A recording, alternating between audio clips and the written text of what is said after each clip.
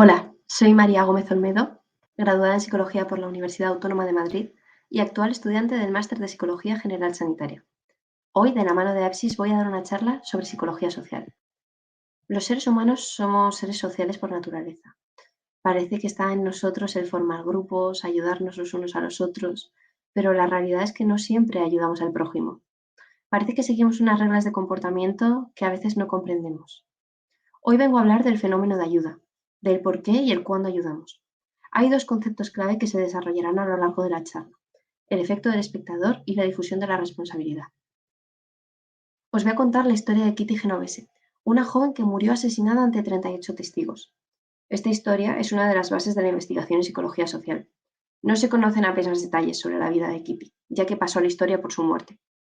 Sobre ella se han escrito libros, artículos, se han hecho obras de teatro. Yo personalmente, para quien quiera conocer un poquito mejor la historia, recomiendo leer el libro de A.M. Rosenthal. Una noche de marzo de 1964, en Nueva York, Kitty murió a los 28 años fuera del edificio de apartamentos del barrio de Queens donde vivía. Mientras, los vecinos se la escucharon gritar sin hacer nada al respecto. Nadie acudió a socorrerla. En esta historia, el protagonista no es el asesino de Kitty, pero es muy interesante escuchar sus declaraciones. Cuenta que había perseguido a otras mujeres solas por la noche antes y que incluso había llegado a matar a dos antes de Kitty. El asesino declaró que después de apuñalarla oyó un grito desde una ventana, pero no pensó que nadie fuera a bajar a ayudarla. También fue sorprendido por luces de los dormitorios de los vecinos. Esto demuestra que fue observado. De la misma forma, contó haber escuchado a alguien abrir la puerta del apartamento, pero no sintió que nadie bajara las escaleras. Cuando la chica gritó, continuó apuñalándola. Tuvo tiempo de irse de la escena del crimen y volver varias veces sin ser atrapado. Finalmente alguien llamó a la policía, media hora después de que sucediera el crimen, a las 3:50 de la madrugada, cuando Kitty ya había recibido 17 puñaladas y había sido violada. La policía declaró que si alguien hubiera llamado antes, podrían haberla salvado.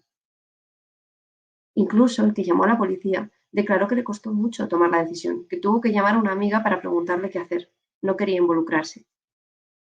Es impresionante, ¿no? La verdad es que no sabemos mucho sobre los vecinos y resulta fácil imaginarles como malas personas. ¿Qué clase de ser humano ve a otra persona ser apuñalada hasta la muerte y no hace absolutamente nada? Pero bueno, lo que pasó es algo más complejo que todo esto. Debemos preguntarnos por qué ocurrió lo que ocurrió. Es posible que muchos de nosotros pensemos que habríamos actuado de otra forma, que no habría sido muy difícil coger el teléfono y ayudar a Kitty. ¿Lo habríamos hecho realmente? Hay teorías que explican el por qué nadie ayudó a Kitty. Quizá porque pensaban que no sucedía nada más allá de una pelea de pareja, por miedo a ser atacados. De hecho, encontramos cosas así entre las declaraciones. Pensábamos que era una pelea de amantes, no quería que mi marido se involucrara, tenía miedo. Tenemos que cuestionarnos a nosotros mismos cuando escuchamos esta historia. Recordar todas las veces en las cuales no hemos ayudado, incluso sin darnos cuenta. ¿Acaso ayudamos a ese mendigo cuando nos encontramos en una calle llena de gente? ¿O a una persona que camina borracha sola en medio de una fiesta? A veces no ayudamos, incluso sabiendo que nuestra acción tendría un gran impacto para la persona, incluso cuando no corremos verdadero peligro. ¿Qué explica entonces el hecho de que nadie ayudara a Kitty? ¿Fue acaso la distancia entre los vecinos y ella? ¿Cuál es la distancia permitida para no ayudar a alguien? ¿Unos metros? ¿Unos kilómetros? Bueno, esto es algo que ocurre en nuestro día a día. Sabemos que alguien necesita nuestra ayuda a nuestro alrededor, que alguien está en peligro. Pasa con los refugiados, con las personas migrantes. La verdad es que no hacemos nada. Realmente lo que ocurrió aquella noche sucede tristemente muchas noches en muchos lugares. Pero esta historia no nos debería servir para juzgar individualmente a cada uno de los vecinos que no ayudaron, sino para observar el grupo que se conforma en esa situación, para preguntarnos qué sucedió aquella noche, por qué nadie ayudó. En ese momento la historia encogió los corazones de miles de lectores de los periódicos. Muchos escribían cartas pidiendo que se localizaran los testigos, que se destapara su identidad, que fueran castigados. Pensaban que ellos no eran susceptibles de tener la misma reacción. Incluso por aquel entonces los psicólogos no entendían realmente qué había sucedido, aunque muchos teorizaron al respecto. Por ejemplo, René Clair Fox, del Departamento de Sociología del Barnard College, justificó la inacción por la tremenda conmoción que supone ver a una persona asesinada frente a tu ventana. En cambio, Ralph S. Beiney se refirió a la violencia en televisión. Propuso que la constante exposición a la violencia nos anestesia, nos atonta, nos impide reaccionar. No, el protagonista de esta historia no es el asesino, pero tampoco lo es Kitty. son los 38 testigos que permitieron que se cometiera una atrocidad frente a sus ojos. Tenemos que preguntarnos, ¿el hecho de que fueran 38 personas lo hace peor? ¿Habría cambiado algo si fueran menos testigos? ¿Y si fuera una sola persona? Lo que ocurrió con Kitty nos habla de la condición humana, de lo que somos como personas. Para entender mejor la situación, en 1968 se hizo un experimento muy clarificador por parte de los investigadores Darley y Latal. Consideraron factores que pudieron influir esa noche, como el hecho de que haya otros observadores en escena. Otra posibilidad es que al haber muchos sujetos posiblemente responsables de tomar acción, se diluye la culpa de no hacerlo. No debemos olvidar que la moralidad del ser humano va muy de la mano del miedo a sufrir un castigo.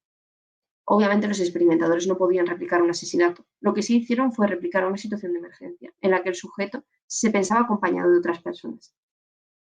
Este experimento se realizó en la Universidad de Nueva York, donde supuestamente los alumnos eran reclutados para realizar charlas sobre la vida estudiantil.